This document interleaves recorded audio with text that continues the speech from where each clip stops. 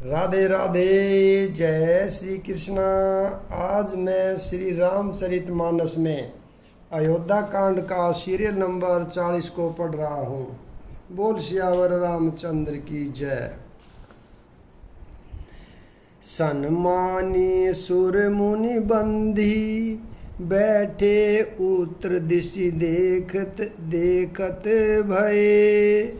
नभधुरि खग मृग भूरि भागे बिकल प्रभु आश्रम गए। तुलसी उठे अवलोकी कारनु काचित सचित सचकित रहे। सब समाचार किरार्थ कोलिन निह आहिते ही अवसर कहे। बोलो राम सीताराम। देवताओं का सम्मान और मुनियों की वंदना करके श्री रामचंद्र जी बैठ गए और उत्तर दिशा की ओर देखने लगे। आकाश में धूल छा रही है। बहुत से पक्षी और पशु व्याकुल होकर भागे हुए प्रभु के आश्रम को आ रहे हैं। तुलसीदास जी कहते हैं कि प्रभु श्री रामचंद्र जी यह देखकर उठे और सोचने लगे कि क्या कारण है। वे चित्त में आश्चर्य युक्त हो गए। उसी समय कोल भीलों ने आकर सब समाचार कहे। सुनत सुमंगल बैन मन प्रमोद तन पुलक भर। शरद सरोरुह नैन तुलसी भरे सने जल। बोलो राम सीताराम। तुलसीदास जी कहते हैं कि सुंदर मंगल वचन सुनते ही श्री रामचंद्र जी के मन में बड़ा आनंद हुआ। शरीर में पुलकावली छा गई और शरद ऋतु के कमल के समान नेत्र प्रेमाश्रुओं से भर गए। बहुरी सोच बस भेसियर बनू कारण कवन भरत आगवनु। एक आई अस कहा बहोरी सेन संग चतुरंग न थोरी। बोलो राम सीताराम। सीतापति श्री रामचंद्र जी पुनः सोच के वश हो गए कि भरत के आने का क्या कारण है। फिर एक ने आकर ऐसा कहा कि उनके साथ में बड़ी भारी चतुरंगिनी सेना भी है। सो सुनि राम ही भा अति सोचू। इत पितु बच इत बंधु सकोचू। भरत सुभाउ समुझि मन माही प्रभु चित हित तिथि थिति पावत नाही। बोलो राम सीताराम। यह सुनकर श्री रामचंद्र जी को अत्यंत सोच हुआ। इधर तो पिताजी के वचन और इधर भाई भरत जी का संकोच। भरत जी के स्वभाव को मन में समझकर तो प्रभु श्री रामचंद्र जी चित्त को ठहराने के लिए कोई स्थान ही नहीं पाते हैं। समाधान तब भाय जाने भरत कहे महु साधु सयाने। लखन लखेहु प्रभु हर देखभारू कहत समय समनीति विचारू। बोलो राम सीताराम। तब यह जानकर समाधान हो गया कि भरत साधु और शाने हैं तथा मेरे कहने में यानी आज्ञाकारी हैं। लक्ष्मण जी ने देखा कि प्रभु श्री रामचंद्र जी के हृदय में चिंता है तो वे समय के अनुसार अपना नीति युक्त विचार करने लगे। बिनु पूछ कछु कहु गोसाई सेवकु समय न ढीठ ढिठाई। तुम सर्वज्ञ शिरोमणि स्वामी आपनि समुझ कहु अनुगामी। बोलो राम सीताराम। हे स्वामी, आपके बिना ही पूछे मैं कुछ कहता हूँ। सेवक समय पर ढिठाई करने से ढीठ नहीं समझा जाता, अर्थात आप पूछे तब मैं कहूँ ऐसा अवसर नहीं है, इसलिए यह मेरा कहना है, ढिठाई नहीं होगा। हे स्वामी, आप सर्वज्ञों में शिरोमणि हैं, यानी सब जानते हैं। मैं सेवक तो अपनी समझ की बात कहता हूँ। नाथ सुहद सुठि सरल चित, शील स्नेह निधान, सब पर प्रीति प्रीति जिये, जानिए आप समान, बोलो राम सीताराम। हे नाथ, आप परम सुहृद यानी बिना ही कारण परम हित करने वाले, सरल हृदय तथा शील और स्नेह के भंडार हैं। आपका सभी पर प्रेम और विश्वास है और अपने हृदय में सबको अपने ही समान जानते हैं। विषही जीव पाई प्रभुताई, मूढ़ मोह बस होई जनाई, भरतु नितिरत साधु सुजाना, प्रभु पद प्रेम सकल जगु जाना, बोलो राम सीताराम।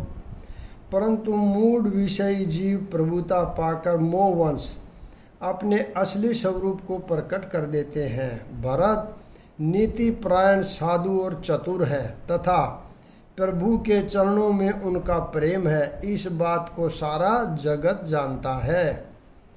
तेहु आजु राम पदु पाई, चले धर्म मर्याद मिटाई, कुटिल कुबंधु कु अवसरुता की, जानी राम बनवास एकाकी, बोलो राम सीताराम।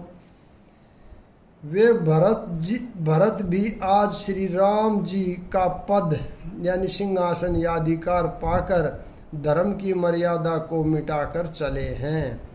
कुटिल खोटे भाई भरत कुसमय देखकर और यह जानकर कि राम जी वनवास में अकेले हैं,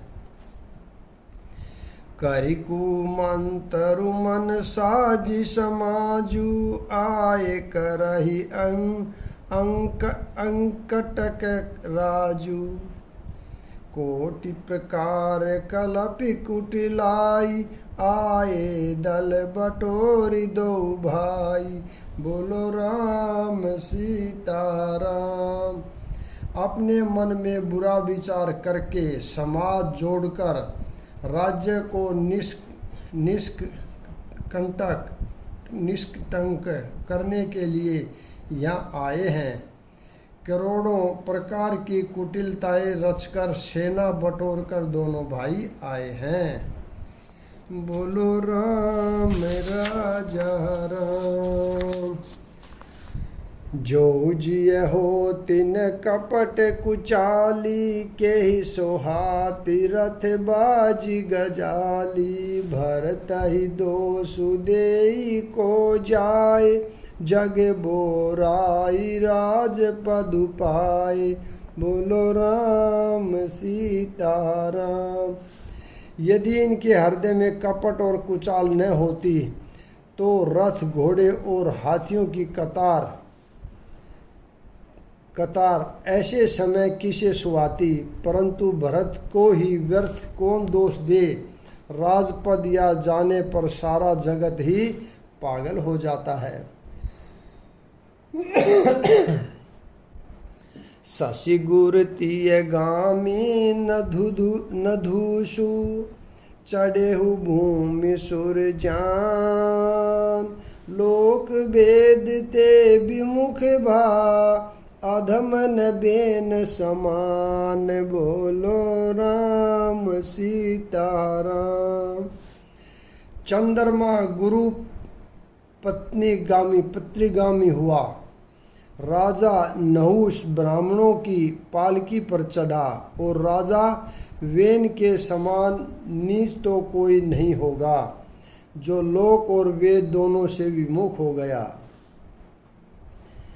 सहस बाहु सुर नातु त्रिकंसु, केहिन राज मद दीन कलंक, यह उचित उपाऊ रिपुरिन रंचन राखब काहू। बोलो राम सीताराम। सहस्त्र बाहु देवराज इंद्र और त्रिशंकु आदि किसको राजमद ने कलंक नहीं दिया। भरत ने यह उपाय उचित ही किया है, क्योंकि शत्रु और रण को कभी जरा भी शेष नहीं रखना चाहिए। एक कीन नहीं भरत भलाई, निदरे राम जानी ऐसाई। समुझ पर ही सोहु आजु विशेषु शेषी, समर सरोस राम मुख पेखी। बोलो राम सीताराम। हाँ, भरत ने एक बात अच्छी नहीं की, जो राम जी को ऐसा जानकर उनका निरादर किया, पर आज संग्राम में श्री राम जी का क्रोधपूर्ण मुख देखकर यह बात भी उनकी समझ में विशेष रूप से आ जाएगी, अर्थात इस निरादर का फल भी वे अच्छी तरह पा जाएंगे। एतना कहत नीति रस भूला, रन रस बिट पुपुलक मिस फूला। प्रभु पद बांधि शीस रज राखी, बोले सत्य सहज बलु भासी। बोलो राम सीताराम।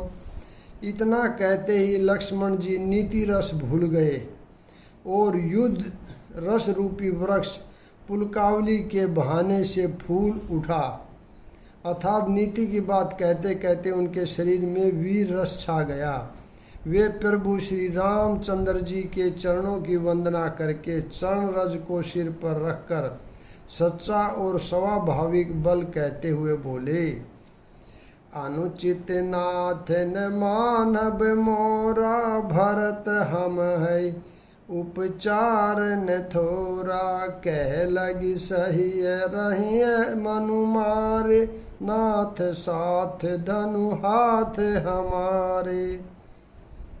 बोलो राम सीताराम। हे नाथ, मेरा कहना अनुचित न मानिएगा। भरत ने हमें कम नहीं प्रचारा है, हमारे साथ कम छेड़छाड़ नहीं की है। आखिर कहाँ तक सहा जाए और मन मारे रहा जाए, जब स्वामी हमारे साथ हैं और धनुष हमारे हाथ में है। क्षत्रि जाति रघुकुल जन्मु, राम अनुग जगु जान। लातहु मारे चढ़ति सिर, नीच को धूरि समान। बोलो राम सीताराम। क्षत्रिय जाति रघुकुल में जन्म और फिर मैं श्री राम जी का अनुगामी हूँ, यह जगत जानता है। धूल के समान नीच कौन है, परंतु वह भी लात मारने पर सिर ही चढ़ती है। उठी कर जोरी रजाय सुमांगा, मनहु वीर रस सोवत जागा। बांधी जटा सिर कसी कटिमा बाथा, साज सरासनु साय कुहाथा। बोलो राम सीताराम। यो कहकर लक्ष्मण जी ने उठकर हाथ जोड़कर आज्ञा मांगी, मानो वीर रस सोते से जाग उठा हो। सिर पर जटा बांधकर कमर में तरकस कस लिया और धनुष को सजकर तथा बाणों को हाथ में लेकर कहा, आजु राम सेवक जसु लेहु, भरत ही समर सिखावन देहु। राम निरादर कर फल पाई, सोवहु समर सेज दो भाई। बोलो राम सीताराम। आज मैं श्री राम का सेवक होने का यश लूँ और भरत को संग्राम में शिक्षा दूँ। श्री रामचंद्र जी के निरादर का फल पाकर दोनों भाई भरत शत्रुघ्न रण सैया पर सोए। आई बना भल सकल समाजु, प्रगट करहु ऋष पाछिल आजू। जिमि करि निकर दलई मृगराजू, लेई लपेटि लवा जिमि बाजू। बोलो राम सीता राम। अच्छा हुआ जो सारा समाज आकर एक तरफ हो गया। आज मैं पिछला सब क्रोध प्रकट करूँगा। जैसे सिंह हाथियों के झुंड को कुचल डालता है और बाज जैसे लवे को लपेट में ले लेता है, तैसे ही भरत ही सेन समेता, सानुज निधर निपातहु खेता। जऊ सहाय कर शंकरु आई, तऊ मारहु रन राम दोहाई। बोलो राम सीता राम। वैसे ही भरत को सेना समेत और छोटे भाई सहित तिरस्कार करके मैदान में पछाड़ूंगा। यदि शंकर जी भी आकर उनकी सहायता करे तो भी मुझे राम जी की सौगंध है, मैं उन्हें युद्ध में मार डालूंगा, यानी छोड़ूंगा नहीं। अति सरोस माखे लखनु, लखि सुनि शपथ प्रमाण। सब लोक पति, चाहत भभरि भगवान। बोलो राम सीता राम। लक्ष्मण जी को अत्यंत क्रोध से तमाया हुआ देखकर और उनकी प्रामाणिक सत्य सौगंध सुनकर सब लोग भयभीत हो जाते हैं और लोकपाल घबराकर भागना चाहते हैं। जगु भय मगन गगन भई बानी, लखन बाहुबल विपुल बखानी। तात प्रताप प्रभाव तुम्हारा, को कही सकही को जान निहारा। बोलो राम सीता राम। मेरे प्रभु राम सीता राम। सारा जगत भय में डूब गया। तब लक्ष्मण जी के अपार बाहुबल की प्रशंसा करती हुई आकाशवाणी हुई, हे तात, तुम्हारे प्रताप और प्रभाव को कौन कह सकता है और कौन जान सकता है। अनुचित उचित काजु किछु होउ, समुझ करहि भल कह सबु कोहु। सहसा करी पाछे पछताई, कहि वेद बुध ते बुध नाही। बोलो राम सीता राम। परंतु कोई भी काम हो उसे अनुचित उचित खूब समझ बूझ कर किया जाए तो सब कोई अच्छा कहते हैं। वेद और विद्वान कहते हैं कि जो बिना विचारे जल्दी में किसी काम को करके पीछे पछताते हैं वे बुद्धिमान नहीं हैं।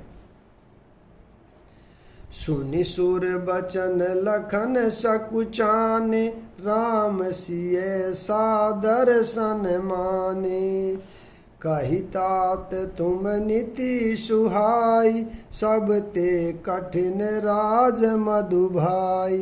बोलो राम सीता राम। देववाणी सुनकर लक्ष्मण जी सकुचा गए।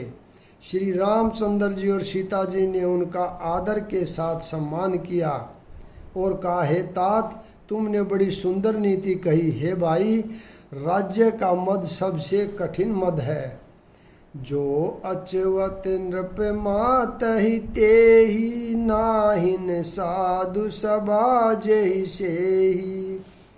सुनहु लखन भल भरत सरीसा, विधि पर पंच मह सुनन दिशा। बोलो राम सीता राम।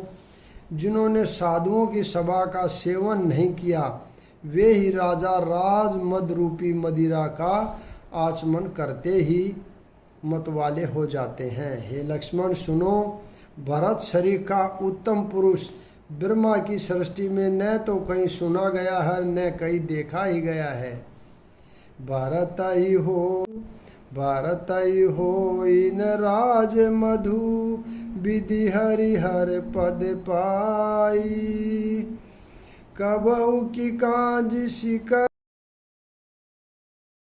बिसाई, बोलो राम सीताराम। अयोध्या के राज्य की तो बात ही क्या है। ब्रह्मा विष्णु और महादेव का पद पाकर भी भरत को राज्य का मद नहीं होने का। क्या कभी काजी की बूंदों से क्षीर समुद्र नष्ट हो सकता है, यानी फट सकता है? नहीं फट सकता। यहाँ पर मैं विराम देता हूँ, अगला भाग कल पढ़ेंगे। राधे राधे, जय श्री कृष्ण।